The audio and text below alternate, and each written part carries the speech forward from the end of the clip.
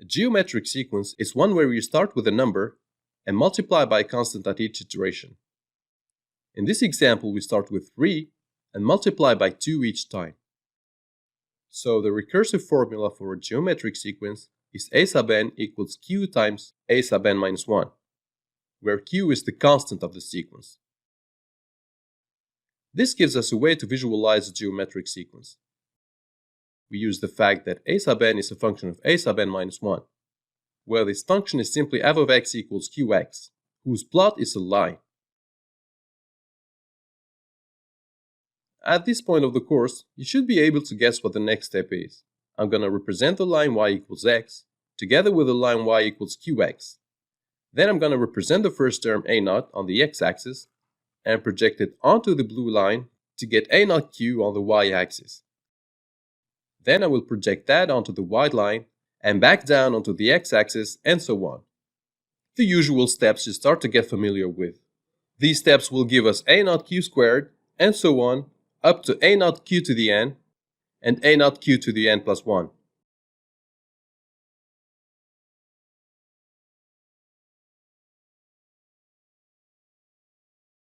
This is one way to represent a geometric sequence that will help us find a visual proof of the formula for the sum of terms of a geometric sequence, which by factoring out a0 can be reduced to the sum of powers of q. I've been looking for such a visual proof on the internet, but all I could find was related to the infinite sum of a geometric sequence whose constant is smaller than 1. So I came up with a visual proof for the case where the sum is finite and the constant is greater than 1, and I'm going to share it with you right now. When we represent the powers of q on the graph and try to evaluate their sum, it's not straightforward because they overlap. Never mind, I found a hint to overcome this problem. The key is the following transformation. Take any x on the x-axis. This is also x, and this is qx. So this is qx minus x, or q minus 1 times x. Now let's consider two segments. This one in yellow with length x, and this one in red with length q minus 1 times x. The operation that transforms the length of the yellow segment into the length of the red one is simply multiplication by q minus 1. We're going to use this transformation with the terms of the geometric sequence. We start with a segment of length 1, and we get q minus 1 times 1.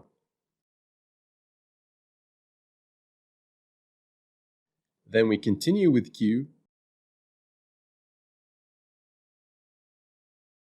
and get q minus 1 times q, which we add to the first term. Then with q squared, we get q minus 1 times q squared.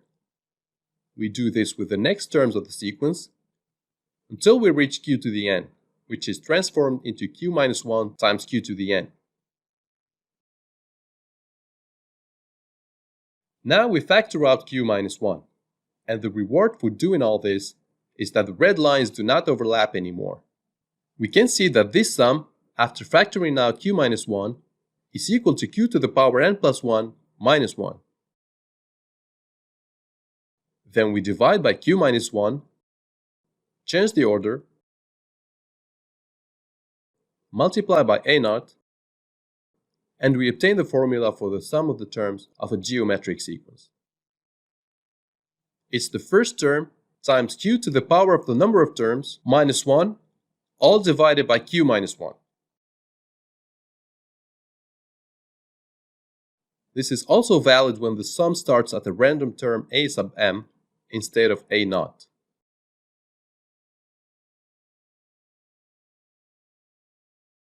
Now I will talk about the limit of a geometric sequence.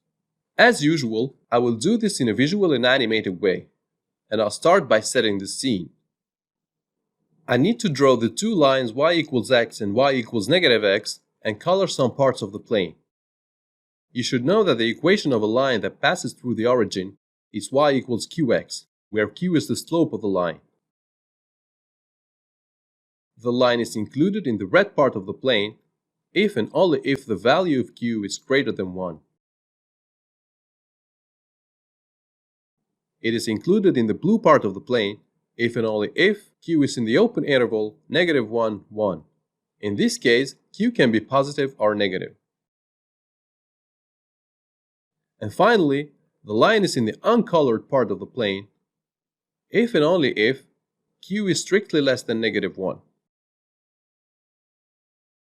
I'll use this figure to help you visualize the limit of a geometric sequence.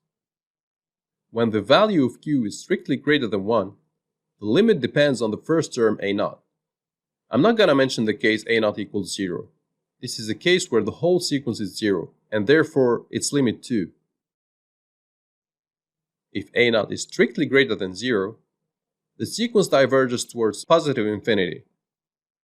If a0 is strictly less than 0, it diverges towards negative infinity.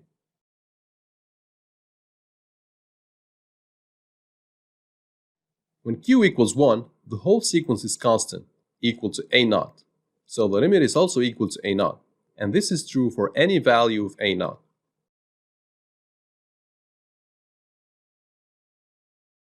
If q is between -1 and 1, the sequence converges to 0 for any value of a0.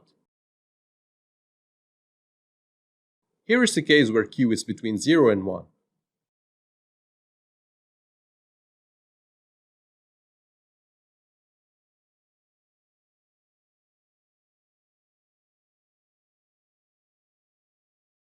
And here's the case where q is negative, between -1 and 0. In this case, the convergence towards 0 happens in an alternating way. The terms of the sequence change sign at each iteration.